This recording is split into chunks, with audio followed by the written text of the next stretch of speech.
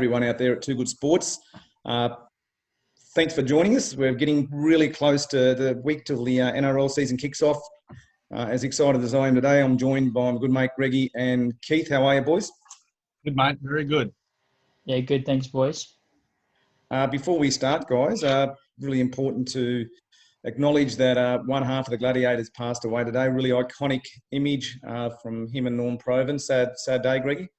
Yeah, Arthur Summons, him and Norman Provan, St George West 63 grand final, mud bath, epitomised the game, and yeah, very sad day.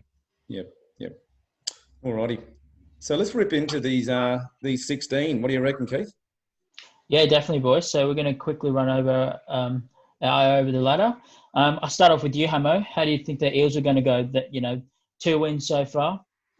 Yeah, look, they started perfectly, haven't they? And they had a good finish last year. They play the Brisbane Broncos. Actually, ironically, they come back in round 3. That's going to be the opener, and they smashed the Broncos 58-0 last time. Look, they've got a really good mixture of youth and some experience there. Reid Marnie's looking like he's going to play. He looked like he was going to be out for a few weeks. So they're hopeful of him playing, the young hooker. Nathan Brown suspended, but apart from that, they're ready to go. They're full steam, and I think they're going to take some beating this year. Yep. Next is the Knights. Greg, 2 wins so far. Yeah, mate. They're sitting pretty up there.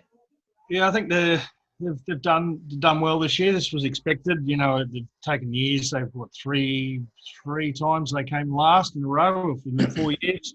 But they've lost Ponga, and obviously Brayley's out for the whole season. So I don't think they have the depth. But let's see how they go for the rest of the season. New coach too. Depth's a problem with him. Yep. Yeah, definitely. Raiders, boys, they were in the grand final last year. They look the goods this year, in my opinion. Hamo, where do you think they'll end up? Oh, they'll be thereabouts. I think they'll be in the grand final again. And this week, they've got Jordan Rapana back, so they're very flush in every position. They're just going to roll on, I think, from strength to strength, and they'll have a great season. Yeah, that's a big in there, Jordan. Yeah, I'll talk absolutely finals at the end of the show, I think. Yeah. Storm boys, always up there, always in the top 4. Where do you think they'll go? I'm interested to see what you think of how Bellamy will coach with everything happening, not being able to have a full season under their belt. Won't make any difference. Addo Carr had a little bit of a hiccup during the COVID-19 when he went out with Mitchell's farm and that, but outside that, they don't have hiccups. They'll be fine. Yep, they're fine. Yeah. Business as usual. Yeah, Hamo, the Broncos sitting 5th at the moment. A young team. How do you think they'll go? Look, they are a young team. That's an important thing to remember. And they've got a couple of important players who are out at the moment. Young Fafita's going to be out for at least 2 or 3 games, I believe, coming back from surgery. Matthew Lodge, they said, has a better chance of playing than not. So that's a big if for them, because it looked like at one stage he was out for the year, and then he'd be out for at least half the year. So they must have worked hard to get him back. Offengowi's back too from a club-imposed suspension. Pangai Jr. is still out for a few more weeks with suspension. So, look, I think they're going to want to go out against Parramatta, and they would have been embarrassed by that flogging last year. So I think they've got a good year in front of them, the Bronx. How they'll finish, I think they're capable of in the top 4 or 5 for them. But it's that youth. You mentioned they're a young side, and they've got to sometimes temper that youth. Yeah, shorter season will suit them. State of origin after the season, certainly is top 4. Yep. Yeah. Panthers sitting 6 at the moment. Greg, how do you think they'll go? No, I'm not big on the Panthers. Cleary's out for a couple of weeks, so is May, and that's only a couple of weeks, but a couple of weeks could make a difference to them. They did have 2 wins to start the season. I'm not big on them. I think struggle to make the 8, I reckon, around same as last year. Yeah, I don't have them in my 8 either. No. Yeah, I think they've been hit a fair bit throughout the COVID-19. So, yeah, I don't think they'll make the 8 either. The Cowboys sitting 7th, Hamo. Another team I think that's been hit a little bit with the coronavirus and the stoppage of NRL. Oh, look, I suppose every side has really, mate. You know, I don't think there's been an organisation in sport that hasn't been affected. But what's going to affect them, in my opinion, is their captain, Michael Morgan's out for at least the first couple of weeks, maybe 3 or 4, but at least the first couple with a shoulder clean out. Probably would have gotten done earlier, but because of the elective surgery being stopped, a few clubs are suffering the same problem. One bloke apparently who has come back fitter than ever is Cohen Hess. He was overlooked last year for Origin.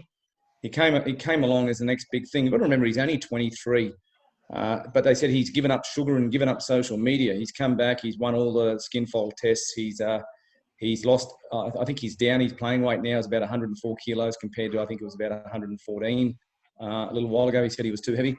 I'll be interested to see how he goes. They've got a good cattle all around the park. They've bought well. Essendon Masters comes to mind. I think they'll nudge for the 8 this year. Yeah.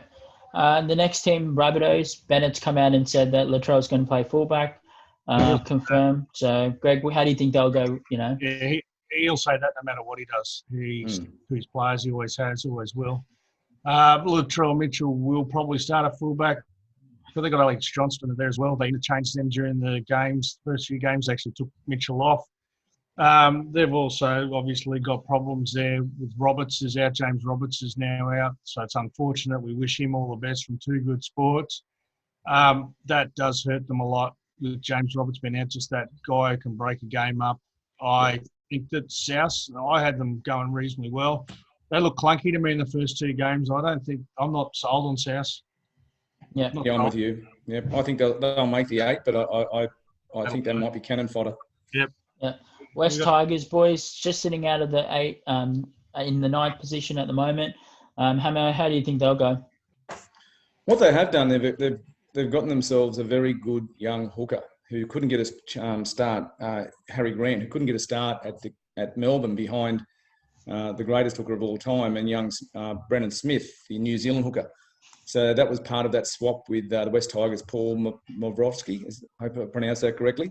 But anyway, I think it's a really good boon for West Tigers. They were using Billy Walters in there, son of Kevin Walters. He's doing a pretty good job. But he's going to strengthen them. Look, I think it's going to be pretty much the same as the previous years. I can't see them in the 8, but I think they're going to be around about the 9th and 10th. Their favourite position's 9th. They'll come 9th. Next is the Manly Seagulls, Greggy. You know, I think I'll talk plenty about these guys, I think, later, Keithy.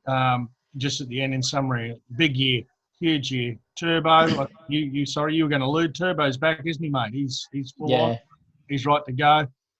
Jake's right to go. They're right to go. They're ready. Manly's ready. Well coached, well led, good side. Are they the 2 potent players in the competition at the moment, do you reckon, boys?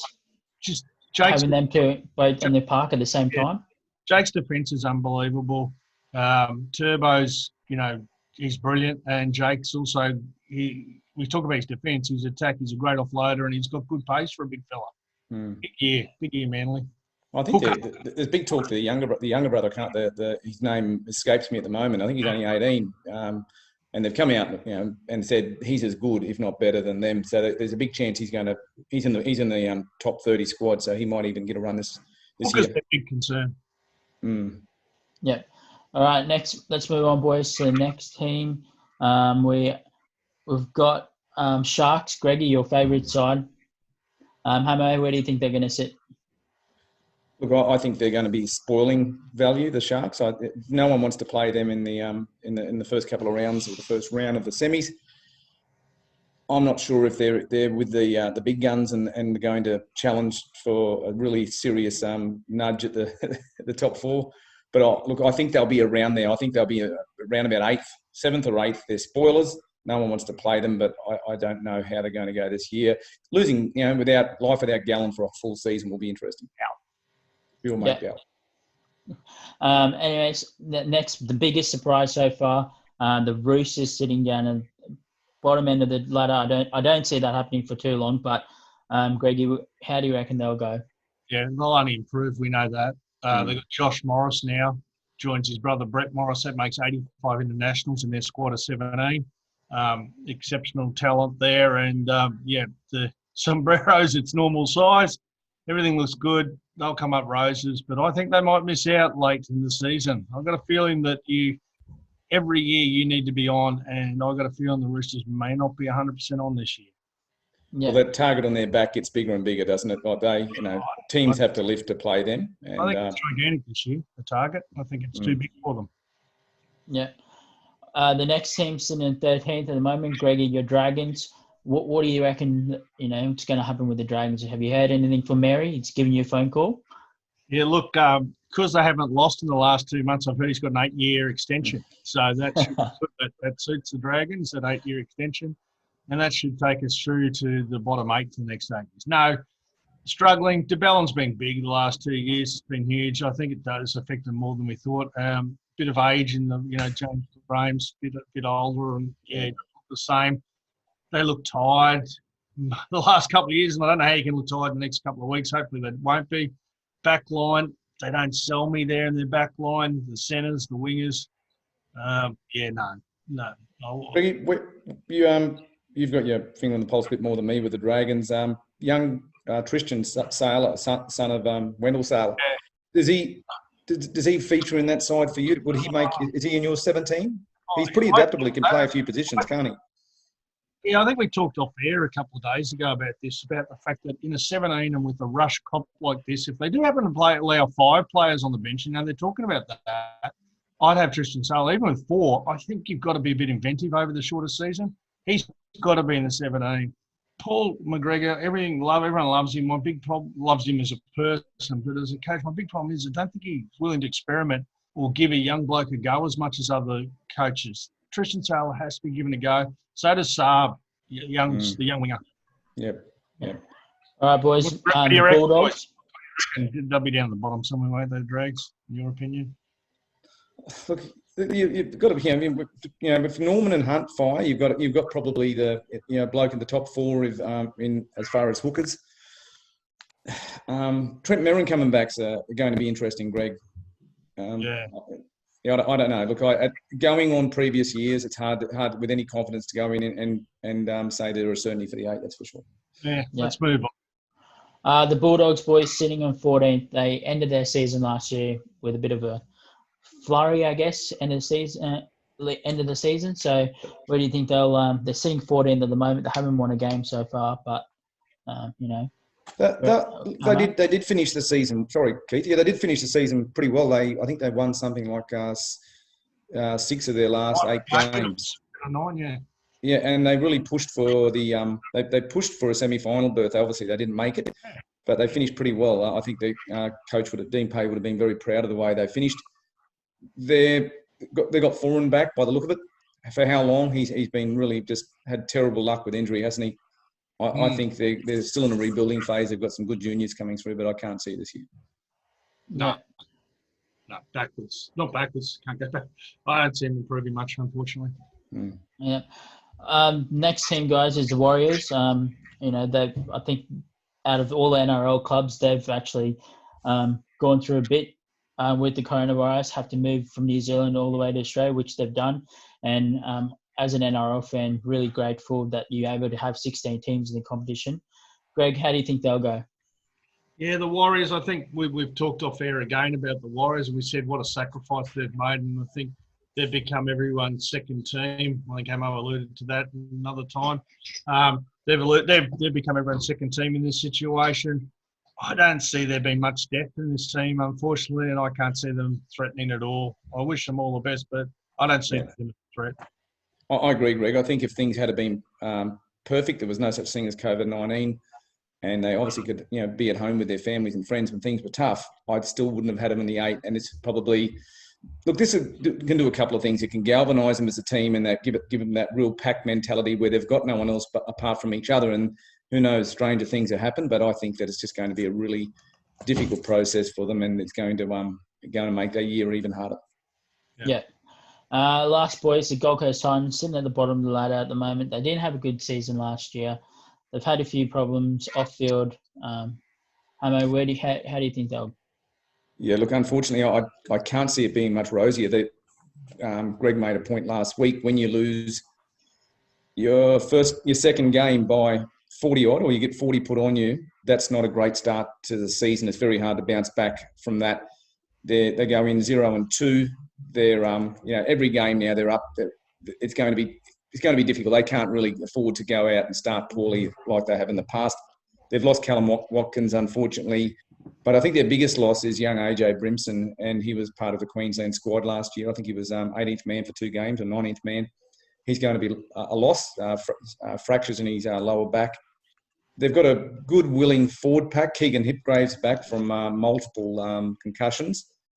But look, I'm just not sold. Look, in Bryce Cartwright, I think there's been some buys there that they're regrettable. Shannon Boyd, you could probably argue the point as well. They need to go out and prove people like me saying that they're not the best buys wrong. Huge year for Kevin Proctor. He's off contract at the end of this year. He's got to show that he's worthwhile in everything that he's done. So yeah. So if this does happen, Greg, if it's a year like a lot of people are predicting, I think you'll see a big broom come out, and a lot of blokes will be showing the door. Yep. Anyway, that's a 16. That's our 16, boys. And quickly, we'll finish it off by who do you guys think is prediction for the grand final this year? Greg, I'll start off with you. Yeah, mate. Sorry, might be a bit of background noise here at home, but these are things that happen when we're doing the podcast from home. I'm a big fan of Canberra this year. I think Canberra can win the comp. I think Canberra will win it, and I think they'll be playing the Broncos or Manly in the grand final, in my opinion. I see the young Broncos being suited by this shorter season and the State of Origin being delayed. And I see Manly with Turbo back being. I'd be all over Manly if they had a hooker. If Carousel, which is a Carousel. Yeah, what's his name? They got Danny Levi, haven't they? Yeah, they got Levi. If Carousel had stayed and not gone to Penrith, I'd be sold on Manly. I'm just not quite sold without him. I think Canberra versus Manly or Broncos, probably Canberra Manly grand final. Yeah, Canberra to win. Yeah, look, I'm going to go be pretty predictable and boring, but I'm going last year's grand finalists again. I think that it's going to have the same result. And look, unfortunately, not that I'm knocking the Roosters. They've been well coached, well managed, but I think that they're going to come good. That little bit of a slumber that they had for two games is not going to worry them too much, and I can see them for the first time since 2007 and 2008 being a replay. The Roosters over the Raiders, and see how wrong I am. But at this stage, that's what I'll be backing. Briefly, what about yourself, Keith? Boys, I'm going. Come on, Keith. I'm going a bit of an upset here, boys, and going to go Raiders versus Warriors in the grand final. And you. Sorry, mate, I think we just lost you there. Sorry, Keith. Say that game. Raiders versus what? I reckon Raiders versus the Warriors will be the grand final. You get me that time? I think the Warriors. I think this season might suit the Warriors a little bit. And I think they could be a bit of an underdog. You're not talking basketball or something, are you? It's not like the Oakland Raiders or something, is it? We're speaking about. No, we're talking about New Zealand Warriors in the NRL Grand Final of 2020. Well, if that gets up, you are a genius. What are we doing? What are we doing, Hamo? If that gets up, you and I got to do something because I'll legally change my name to Cheryl. What are you going to do? Beryl. All right, there we go. Two good Cheryl and Beryl show for a week. All right, sounds good. All right, okay. Well, look, if he gets up, he's an absolute genius, and we'll be kicking ourselves, Greggy, that we didn't go and have 100 on that or something. Anyway, happy with Beryl. All right, boys. Well, Keithy, thanks for joining us on our show. Anytime today. Good to have you on. Brings the average age down of the host too to about 100. So until next time, Greggy and Keith, we're edging closer to resumption and a bit of normalcy, hopefully. Anyway, and to everyone out there, thanks for joining us, and we'll see you soon. Cheers, guys.